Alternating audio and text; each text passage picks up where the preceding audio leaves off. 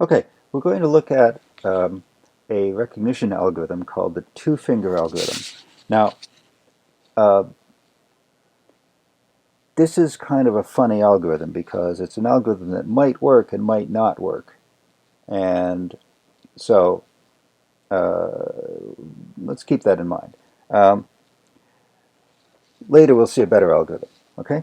But this one's really easy to understand, and it will work when we have a deterministic machine.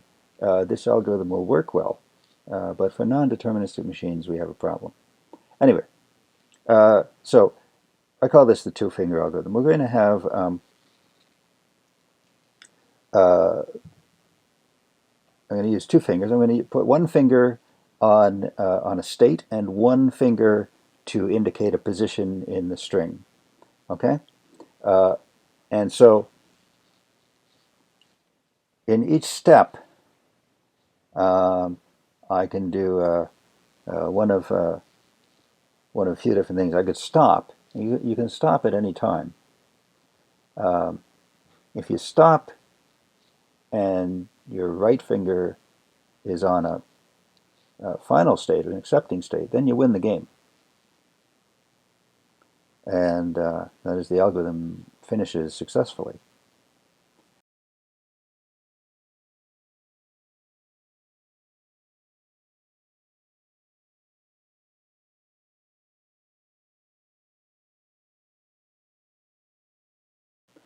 But if the algorithm doesn't stop, then we can do one of the following two things. We can either follow an epsilon labeled transition, or we can follow a symbol labeled transition. Well, that is a transition that's not labeled by an epsilon, one that's labeled with a length 1 string.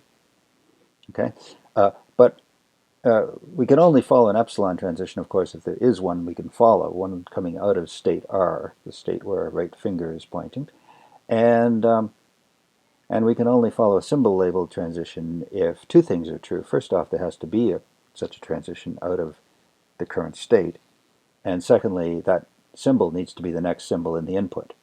Okay? And like I say, you can stop at any time. Here's the algorithm as a program, um, and this this box here, that just means it sort of represents a free choice.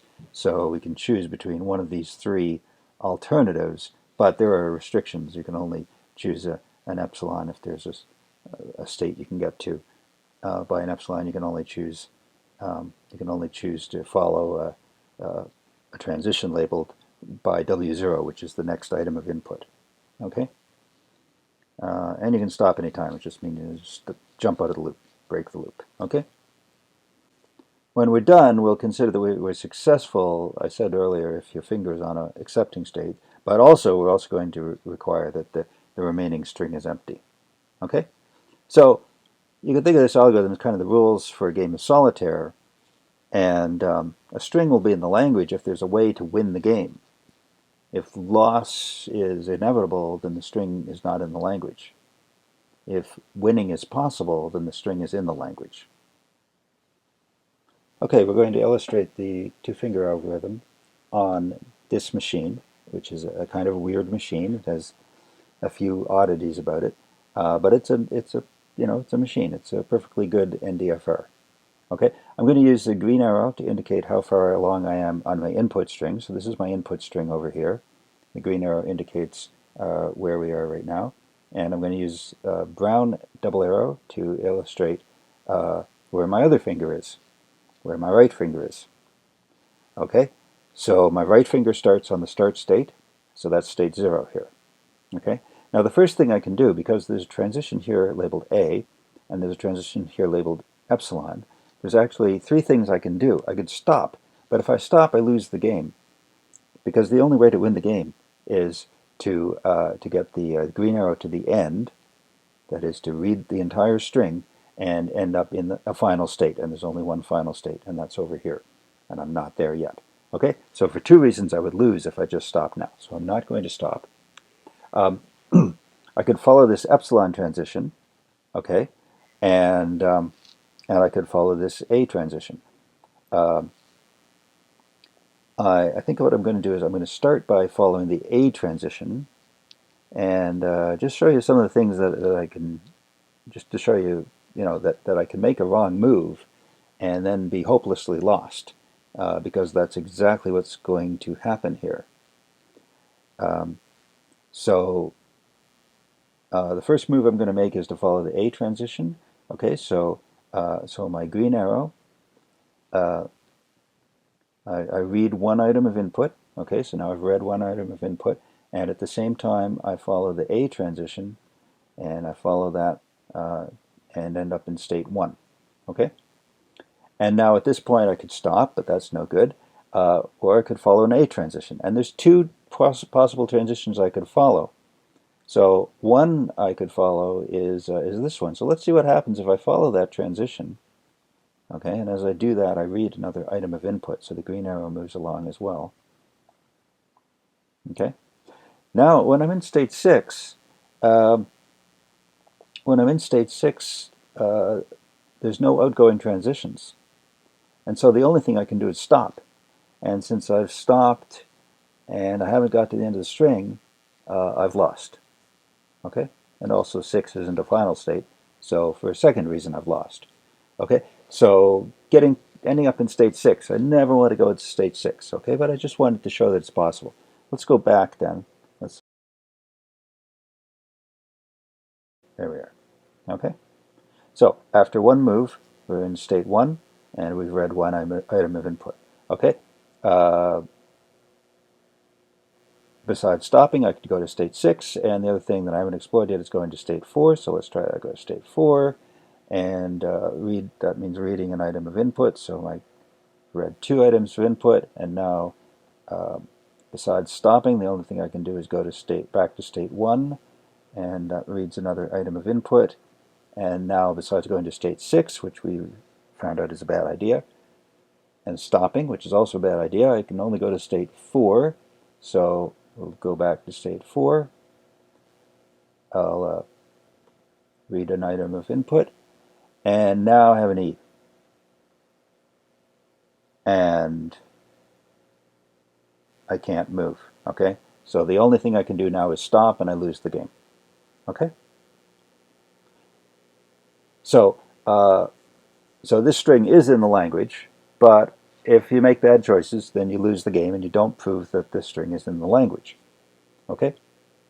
Let's just reset everything back to the beginning and show that the string is in the language by showing that there is a way to win this game following the algorithm. Okay, so my first move is going to be to follow this epsilon transition. So we'll do that. We'll follow the epsilon transition, and that consumes no input. So the green arrow stays where it is. I don't move my left finger. Okay. The next move, well, I could take an epsilon again. That would get me to state 6. That would be a losing thing to do, so I won't do that. But that's whenever I'm in state 2, that's always a possible move. The other possible move I have here is because there's an A in the input and there's a transition labeled A, I can also follow that transition. So I'll follow the transition to state 5. At the same time, I'll read one item of input.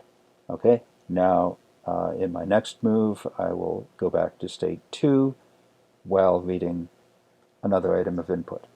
Now we'll go back to state 5 while reading an item of input. And there's an A, so I'll go back to state 2 while reading an item of input. All right, now I have an E as my next item of input, and there's an E transition. So I will follow that E transition to state 3 while reading the last item of input. At this point, there's no move I can make other than stop, so I will stop. And, well, even if there was another move I could make, I would stop at this point because, or I should stop, because now I've won the game. Okay, I've ended up in a state where I'm in a final state. I'm in a configuration where my right finger is pointing to an accepting state, and there's no more input. Okay, so that's the two-finger algorithm. Okay? It's a non-deterministic algorithm, and it might succeed or it might fail. If it succeeds, then the string was definitely in the language. If it fails, you don't know. Maybe you just played the game badly. Maybe you made some bad choices. Okay? All right. There's another way to think of this, and that's in terms of magical coins. And these magic coins I find are quite useful for thinking about algorithms like this, and it'll come up again when we look at NP completeness. So imagine we have a magical lucky coin. Whenever we have to make a choice, we'll flip the coin. If I have a three-way choice, well, then I might flip the coin. Let's say, if it comes up heads the first time, okay, I'll take the first alternative. If it comes up tails, I'll flip it again to decide between the other two alternatives. Okay? So anytime I have a choice that just involves a finite number of ways to go, um, and that will always be the case with the two-finger algorithm, because there can only be a finite set of transitions out of any given state. Um, so whenever I have a choice, I'll flip the magic coin. Um, Now, the thing that makes my coin magical is that if one option leads to certain failure and the other to possible success, the coin will direct me towards the possibility of success. In any other circumstance, the result of the coin doesn't matter. If both outcomes could lead to success, the coin could go either way. If both outcomes lead to certain failure, then the coin could go either way. Okay? So if I run the two-finger algorithm in conjunction with a magic coin, then the algorithm will work. If it fails because failure was inevitable from the beginning. And if it succeeds because the string is in the language. Okay? So, um, now I mentioned luck there. Luck has nothing to do with it. The coin doesn't have to be lucky. It just needs to be magical. It needs to, uh, it needs to somehow guide you to making the right decisions. Okay? Okay. Well, let's try to take the magic out of it. And we'll use the non-deterministic recognition algorithm to do that. But I'm going to stop this lecture here, and we'll pick up the non-deterministic recognition algorithm on Wednesday. Okay?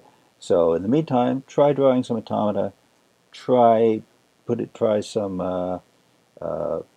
try using the two-finger algorithm. Try taking some regular expressions and compiling them using Thomson's algorithm. See what happens. Okay? That's it for now. Thanks. Bye.